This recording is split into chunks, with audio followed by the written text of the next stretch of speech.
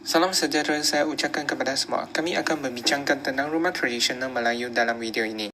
Rumah tradisional Melayu berasal sebelum kedatangan pengaruh asing atau moden dan dibina oleh etnik Melayu asli sementara Borneo dan semenanjung Tanah Melayu.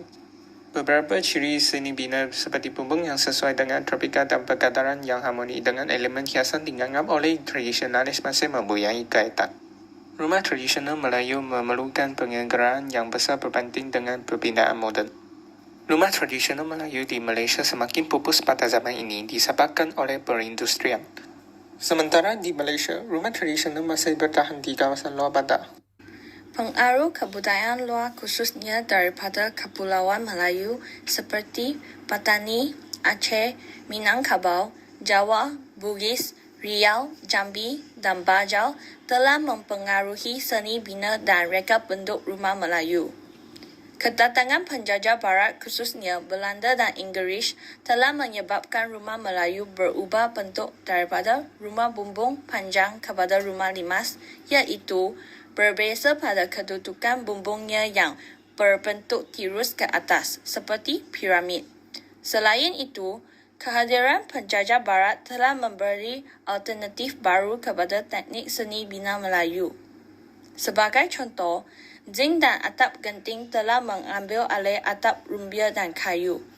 Batu dan simen telah mengambil tempat kayu sebagai tiang dan sebagainya. Pengaruh ini boleh dilihat secara positif dan negatif oleh umum, iaitu pertembungan dua unsur, praktikal dan seni. Rumah kayu tradisional diperbarangkan pengatur reka bentuk yang berkaitan dalam seni bina kontemporari seperti teduhan dan ventilasi, kualiti yang hadir dalam ciri-ciri rumah asas.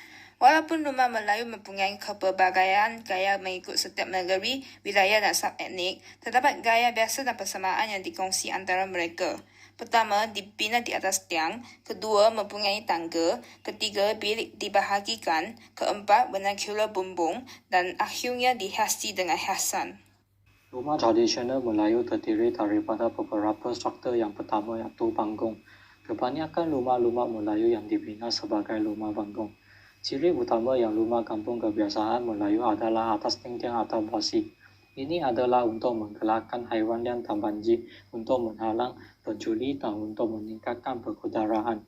Di Sumatera, rumah-rumah tradisional kaku direka untuk menggelakkan haiwan yang berbahaya seperti ular dan harimau. Semasa di kawasan yang terletak berhampiran dengan sungai-sungai besar Sumatera dan Borneo, dia membantu ke rumah tinggi di atas permukaan banjir. Di bahagian-bahagian Sabah, bilangan kerbau mas kawin juga boleh bergantung kepada bilangan yang terdapat di rumah keluarga berganting itu. Rumah tradisional Melayu memerlukan tangga untuk sampai ke kawasan pedalaman tinggi. Biasanya, tangga disambungkan pada bahagian depan tanah dari rumah untuk serambi. Tangga tambahan mungkin ditemui di belakang rumah.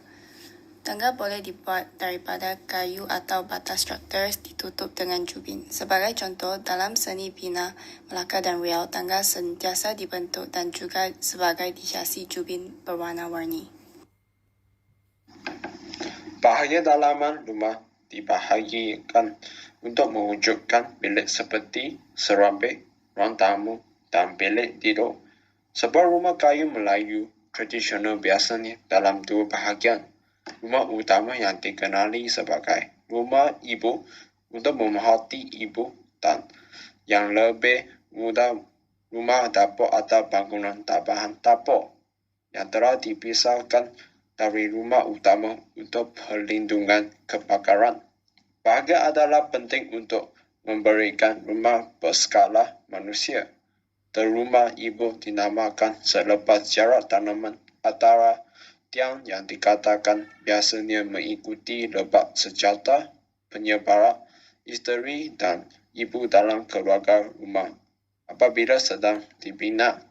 Sekurang-kurangnya satu beranda terdapat di rumah berfungsi sebagai tempat melakukan kerja-kerja atau persaitan atau ruang melayat tetamu sekaligus memelihara privasi dalam rumah.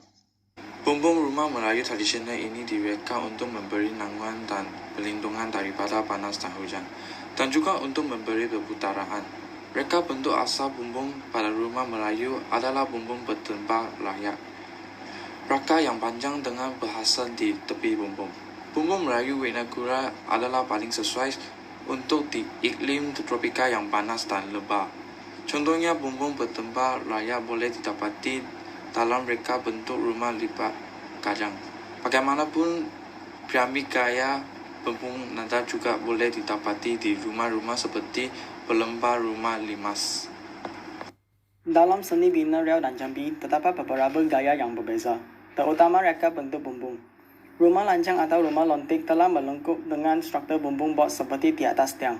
Reka bentuk yang anda bagaimana yang serupa dengan Minang rumah gadang. Rumah lipat kacang mempunyai struktur bumbung rata dengan tepi menyeberangi membentuk X kemuncak pada sudut bumbung. Struktur yang lebih besar dengan bumbung sudut melintasi sama dipanggil rumah limas. Jenis bumbung dan struktur ini sering digunakan dalam istana raja-raja Melayu serta bangunan kerajaan. Rumah limas ini juga dikenali sebagai rumah tradisional Sumatera Selatan dan Sunda Jawa Barat. Walaupun mereka mempunyai nama yang sama, yaitu rumah limas, reka bentuknya yang sedikit berbeza. Bangunan-bangunan modern kerajaan dan orang ramai sering direka berdasarkan reka bentuk bumbung gaya Melayu, seperti bangunan kerajaan di Riau dan Jambi, serta reka bentuk bumbung Museum Negara di Kuala Lumpur. Setiap kawasan Melayu, negeri atau subetnik mempunyai gaya serentak atau kumpulan sendiri rumah dengan pilihan.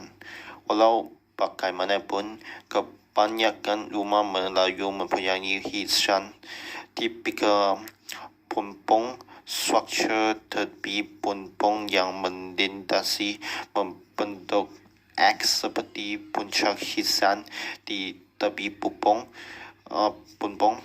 Ini jenis perhiasan boleh didapati di lontik, lipat kacang dan gaya lipas. Di pantai timur semenanjung Malaysia, rumah-rumah mempunyai bumbung ukiran papan kabel akhir tersendiri serupa dengan orang-orang di Thailand dan Kepongja. Di semenanjung Tanah Melayu, terdapat jenis rumah-rumah tradisional. Yang pertama adalah rumah limas, kebanyakan beragama dijumpai di dalam Palembang, Riau, Johor, Melaka, Pahang, Terengganu dan Selangor. Yang keduanya adalah rumah Melaka, kebanyakannya terdapat di Johor dan Melaka. Yang ketiga, rumah lancang atau rumah lontik, kebanyakannya dijumpai di dalam Riau, Kabupaten Kampar. Itu sahaja pembentangan dari kumpulan kami. Terima kasih.